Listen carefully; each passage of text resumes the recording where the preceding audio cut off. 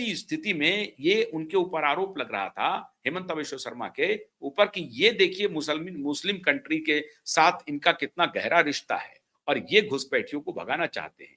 तो इनको आपने शरण दिया, लेकिन ये आपको भगा रहे हैं। मतलब मुसलमानों को ये कहना चाह रहे थे कि आपके देश में ये आपके देश के लिए दो दो पासपोर्ट कैरी कर रही हैं, लेकिन इन्हें आप नहीं भगा रहे हैं, लेकिन ये आपको भगा रहे हैं। घुसपैठिया कौन है? रिंकी भुइयां शर्मा है। किनके बतौर? बतौर पवन खेड़ा। अब ये पवन खेड़ा बुरी तरह से फंसते हुए जा रहे हैं। क्यों?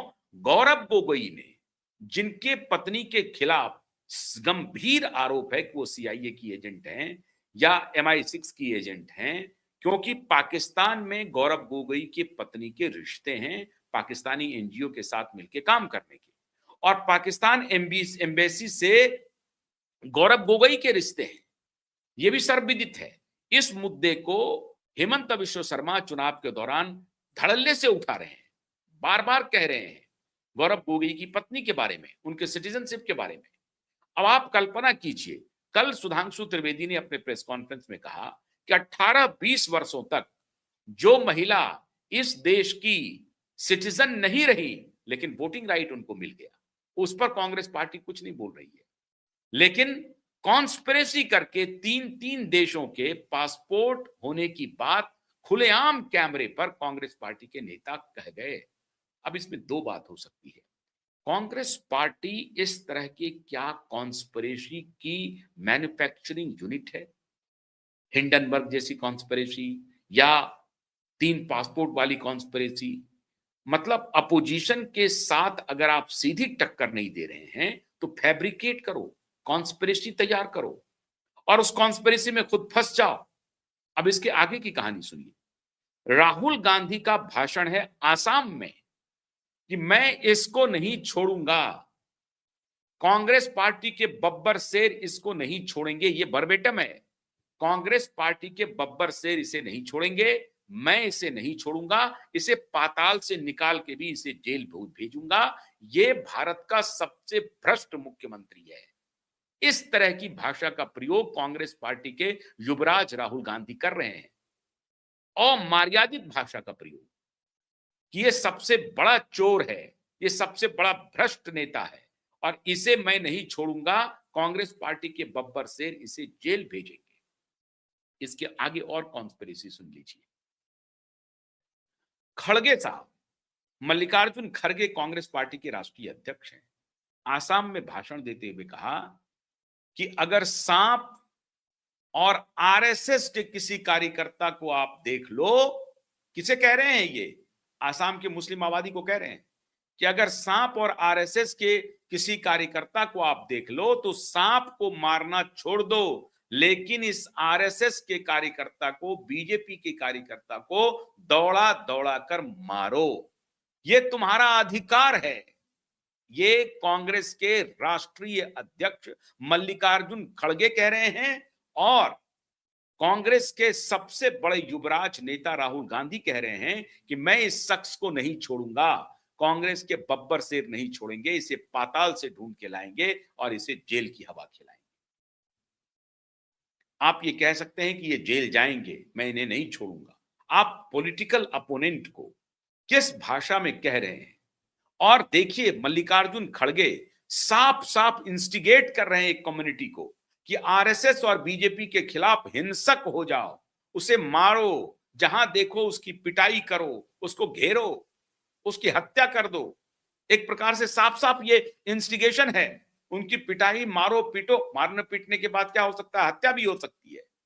तो मल्लिकार्जुन खड़गे इस देश की दूसरी बड़ी ऑपोजिशन पार्टी के राष्ट्रीय अध्यक्ष खुलेआम मंच से कह रहे हैं कि सांप को मारना छोड़ दो, आरएसएस और बीजेपी के कार्यकर्ताओं को दौड़ा दौड़ा करके पीटो।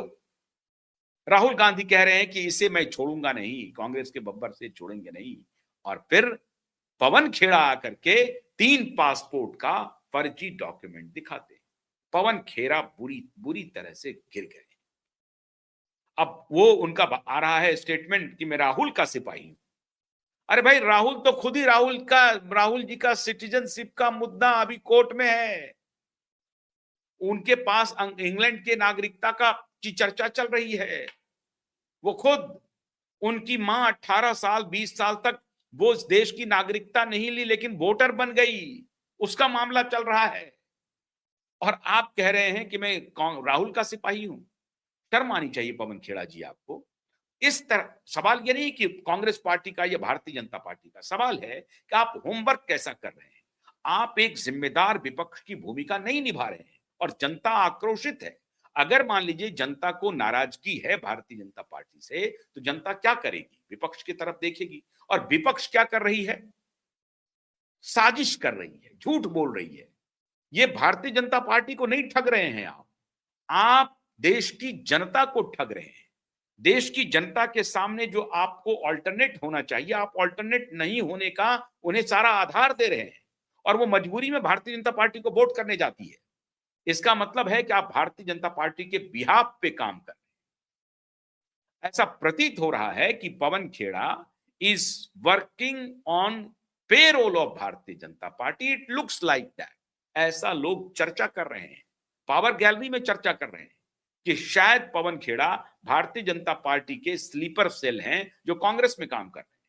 क्यों? क्योंकि आपको मालूम था कि आप फर्जी आरोप लगा रहे हैं और इस फर्जी आरोप की हवा दूसरे दिन निकल जाएगी जब इसका खंडन हो जाएगा। फिर क्या होगा?